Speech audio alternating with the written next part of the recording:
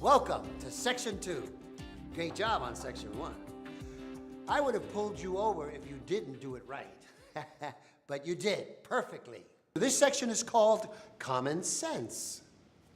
This is part 1 of 5. Stress, anger, overly emotional, tired. Whether you're calm, nervous, or hot-tempered, your personality affects the way you drive. Don't let your emotions dictate the way you drive. Don't blow your stack. When stress occurs due to other drivers' lack of courtesy or recklessness, think over the situation. Calmly reason your response. Avoid reacting in a like manner. Initiate the action using defensive driving techniques. Mental, physical. Try to avoid driving when upset or excited. It dramatically decreases your alertness and judgment. When driving, always try to remain calm and relaxed. Do not, however, use drugs or alcohol to relax. Also, try to avoid stressful situations. If you cannot, pull over where safe and calm down. Also, avoid driving when sick because you may not be able to react as quickly. I'm Kira, and I'll be your co-pilot. Don't drive angry. Driving angry is dangerous to you and other drivers. Signs that you are driving angry include tailgating, horn blowing at the slightest inconvenience, driving too fast for the conditions, and weaving in and out of traffic. You must remember that you have a dangerous weapon right there in your hands. If you are waiting in rush hour traffic too long, you may become angry. If you feel that you're just too angry to drive, then don't. The stressed driver. Stress and driving are a pretty dangerous combination. You may become stressed out from the ever-increasing demands of your personal life, and that stress could translate into a collision. As the tension mounts, judgment wavers. Remember, nothing is stressful unless we permit it to be. The fatigued driver. Driving when fatigued can be fatal. Every year, hundreds of drivers fall asleep at the wheel, and many are killed in fatal accidents. These sleepy drivers probably thought they could stay awake long enough to make it home. They could not stay awake, and for them, they never arrived home. A few helpful hints to stay more alert include rolling down the window and turning up the radio, or stopping and getting some coffee. If these methods just are not working for you, the most responsible thing you can do is pull over and rest for a while. Better to get home a little later than not get home at all. Alertness. If you are fatigued, you are less alert. You may not see hazards as soon or react as quickly, which increases the possibility of danger. Remember, you not only need to concentrate on what you are doing, but also on what other drivers are doing as well.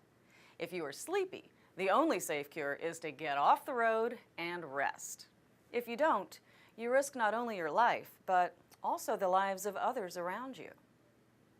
To keep from getting tired on a long trip, 1.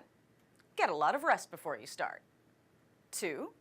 Don't take any drugs that can make you drowsy. 3. Don't drive for an extended period of time. Set a common sense limit of 300 to 400 miles a day. 4. Roll your window down and get some fresh air in your face. Such emotions, such as anger, can be just as dangerous as driving drunk. Never express your anger on the road. Remember, driving a car is as dangerous as playing with a loaded gun. Plan ahead. If you know the route, make allowance for time, traffic, and possible delays. Start early enough so that you have time for unseen circumstances. Take the environment into account, such as weather, road conditions, and other possible distractions. Poor weather necessitates lower speeds. If you don't know the route, plan as well as possible, using a map and any other reference, including people who know your proposed route. Make an extra allowance for time, more so than if you know the route. Age factors. Drivers over 55 years of age have a poorer accident record than drivers in their middle years. The aging or over 55 driver is also a growing number each year, making up about 25% of today's drivers. Eyesight or vision problems begin generally in the early 30s, that is, loss of peripheral vision. Need for more illumination rises and glare sensitivity increases at about age 40. Adapting to darkness becomes more of a problem as one grows older, although people reduce the amount of driving that they do as they grow older. Corrective lenses may be needed, or a change of the present prescription may be in order. If your vision is impaired, your driving will also be impaired. Accidents involving older drivers are more often fatal than those involving young or middle-aged drivers. Wearing glasses or contact lenses. Follow your eye doctor's advice about glasses or corrective contact lenses. If your eye doctor tells you to wear them for driving, do it. If your license says you must wear corrective lenses, wear them. You may be fined if you drive without wearing them. Never wear dark glasses or sunglasses at night. Consult your eye doctor before wearing tinted contact lenses at night. They can make it hard to see. Don't wear eyeglasses with temples wide enough to keep you from seeing clearly to the sides. Stereo earphones and radio levels. Earphones are illegal for all autos, motorcycles, and bicycles. Volume level of radios may not be so loud as to interfere with normal driving. Certain high-noise vehicles and emergency vehicle drivers are exempt to this rule. Conditions beyond driving ability. There are some exterior concerns you should consider in knowing when not to drive. There are times when you need to be a self-regulating driver and know when conditions are beyond your driving ability. Weather can be a huge component on your driving ability. Don't drive in bad conditions if it isn't necessary. Weigh the risk and change your plans.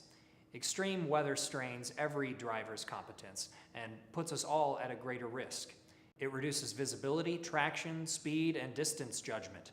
It's important to know where weather-related dangers lurk and how they affect your mobility. If possible, avoid extreme conditions. Be courteous.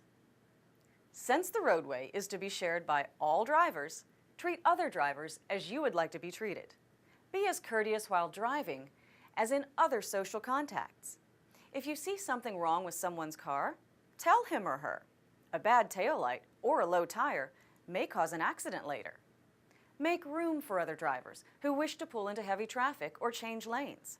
Often they will reward you with a smile or nod of thanks. Courtesy makes order out of chaos. Communicating with other drivers means letting them know your intent. It's important to let the drivers around you and even the pedestrians around you know what you plan to do.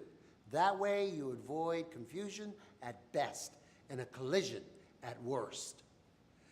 You communicate by using your car's tools such as the headlights, indicator lights, hazard lights, brake lights, horn, and your car's most important tool, you. Never underestimate the power of eye contact and body language. Say you want to merge into heavy traffic. You can either turn on your indicator light or just force your way in, or you can turn your indicator light on and try to catch the eye of the driver of the car that you want to get in front of to politely indicate that you'd like to merge. A courteous approach will more than likely get you into a different lane, not the bully approach. Mirrors are also very important in communicating with other drivers. If you can't see them in your mirror, either the rear view or side mirror, they can't see you either. Avoid sitting in another car's blind spot, especially not a truck's with a huge blind spot. Too many collisions happen because you aren't seen. Don't forget to turn on your indicator lights when you are turning or switching lanes, and equally important, turn them off again when you've accomplished what you set out to do.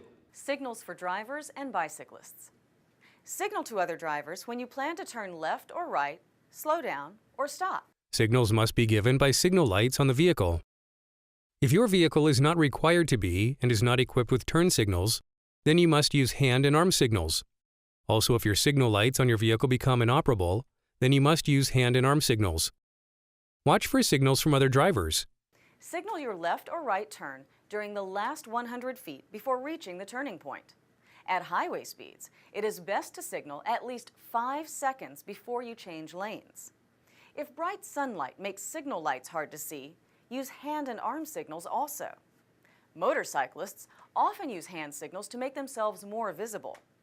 Bicycle riders may give right turn signals with their right arm held straight out, pointing right. This code allows a person to drive a motor vehicle with a television receiver, video monitor, television or video screen, or any other similar means of visually displaying a television broadcast or video signal if the equipment is designed, operated, and configured in a manner that prevents the driver of the motor vehicle from viewing the television broadcast or video signal while operating the vehicle in a safe and reasonable manner.